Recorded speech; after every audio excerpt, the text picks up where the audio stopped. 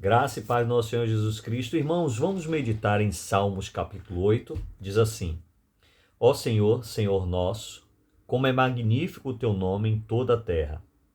Pois pusestes nos céus a tua majestade, da boca de pequeninos e crianças de peito suscitastes força por causa dos teus adversários, para fazeres emudecer o inimigo e o vingador. Quando contemplo os teus céus, obra dos teus dedos, e a lua e as estrelas que estabelecestes, que é o homem para que dele te lembres, e o filho do homem para que o visites? Fizeste-o, no entanto, por um pouco menor do que Deus, e de glória e de honra o coroastes.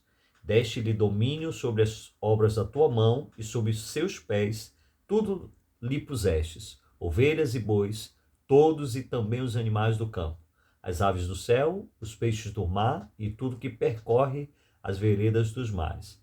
Ó Senhor, Senhor nosso, como é magnífico o teu nome em toda a terra. Amém, queridos?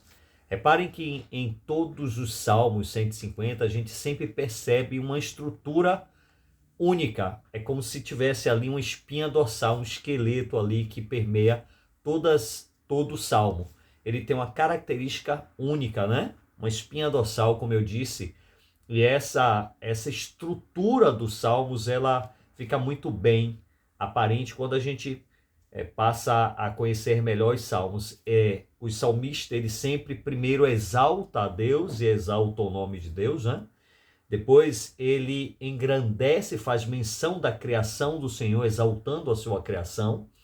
Depois, dentro dessa estrutura, e você vai perceber em todos os Salmos essa mesma estrutura, ele mostra uma temática central, sempre no contexto da vida ali do salmista, nesse caso do salmista Davi, que passava por muitas guerras. Então os seus salmos estão sempre permeados muito do cenário do que acontecia com ele. E uma quarta característica dentro dessa estrutura seria então uma palavras proféticas, né? Palavras proféticas quanto ao futuro de Israel, contra o seu Messias prometido, né? O seu Salvador prometido. Os Salmos têm essa característica, e o Salmo de número 8, ele não fugiu dessa estrutura. Ele começou dizendo: ó Senhor, Senhor nosso, como é magnífico o teu nome em toda a terra. E ele traz essa palavrinha magnífico, que foi traduzida do grego para o latim, e magnífico no latim significa magnus, grande, poderoso, e fácil, que significa fazer, alguém que faz grandezas, obras grandes.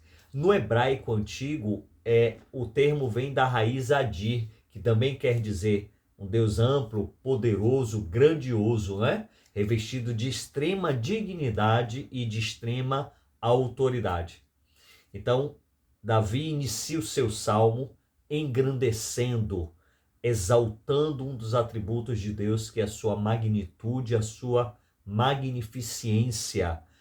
E quando a gente fala no nome de Deus, a gente então traz à memória Êxodo capítulo 3, versículos 13 a 15, que diz assim, irmãos, Êxodo capítulo 3, versículos 13 a 15, que diz assim: Moisés disse para Deus: eis que quando eu for falar com os filhos de Israel e lhes disser: o Deus dos seus pais me enviou a vocês, eles vão perguntar: qual é o nome dele? E então o que lhes direi?